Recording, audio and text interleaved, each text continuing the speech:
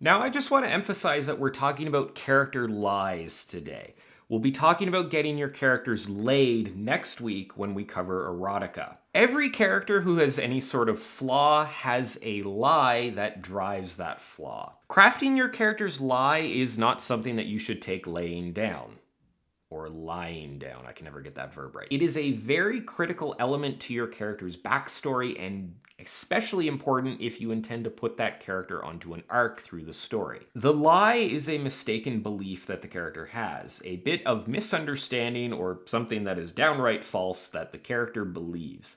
The lie leads them to engage in behaviors, and those behaviors are what generally become their flaws. Some people call the lie a belief or a learning, usually refers to the same thing. It is something inaccurate that the character believes about the world or another character or about themselves. Last week we talked about the wound, which is the traumatic or life-altering event in a character's past that gives birth to the lie. Today we're going to put some more detail into the lie itself. What a character's lie is depends on the nature of their wound, as we discussed in the last video. A character who was abandoned may believe that they can't trust other people. A character who experienced a dangerous situation may believe the world to be a fundamentally dangerous place. The lie might also center around something in the character's upbringing. If they were raised in a 1984-ish totalitarian society where cats are worshipped, they may believe that the tyrannical emperor is a just and good leader. They may have bought into all of the empire's propaganda. This could be other things in their upbringing. They may have been raised to believe that dancing is a sin or that you shouldn't eat tacos on Tuesday, which is completely absurd. Ultimately, though, the lie needs to do two things. First, it needs to affect the character's behavior. They need to go off and make decisions in the world based around that lie. They need to have adapted who they are in order to serve that lie in some way. That's the first thing. Second thing is those decisions, those adaptations need to ultimately be detrimental to the character's development. What's important here is that the lie and the decisions, often bad decisions, that it leads the character towards need to feel believable to the character. There needs to be a good reason that they believe this stuff, even if an objective observer can see that the character is wrong.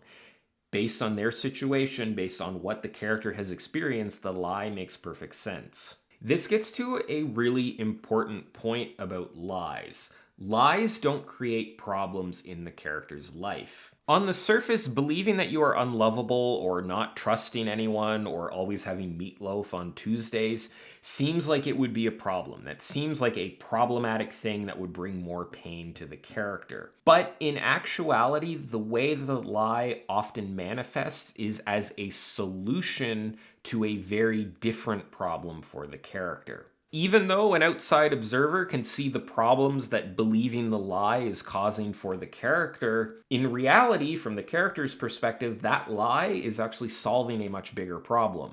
This comes down to the fact that something that's familiar is often better than something that's good and unfamiliar. An unfamiliar situation is often scarier than a familiar bad situation, even if the unfamiliar situation is objectively better.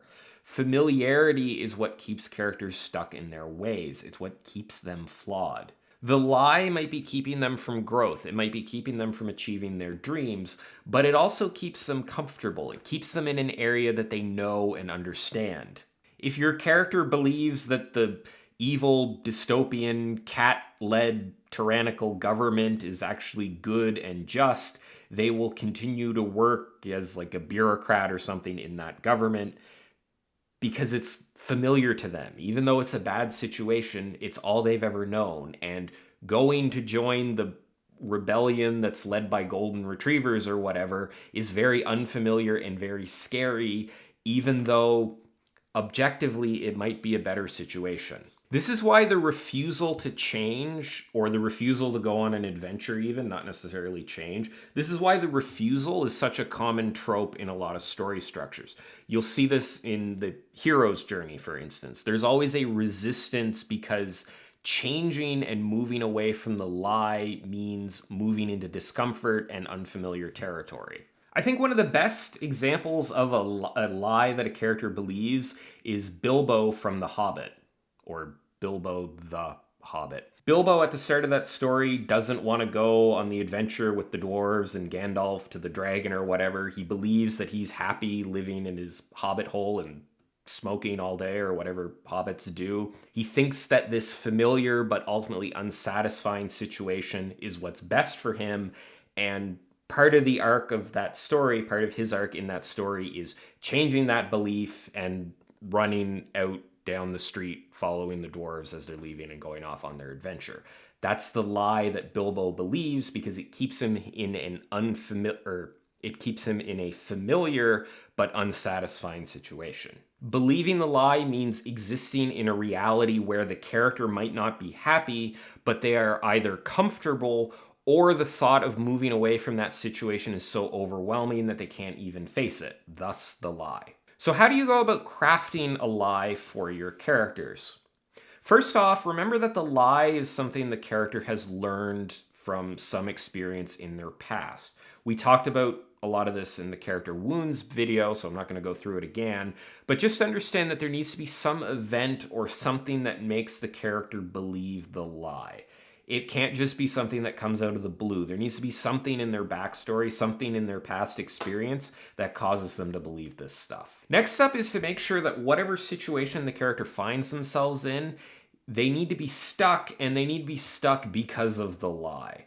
Your character can have a lie that they believe, but if it isn't having any effect on their lives, it's not going to help anything. It's not going to help the character develop.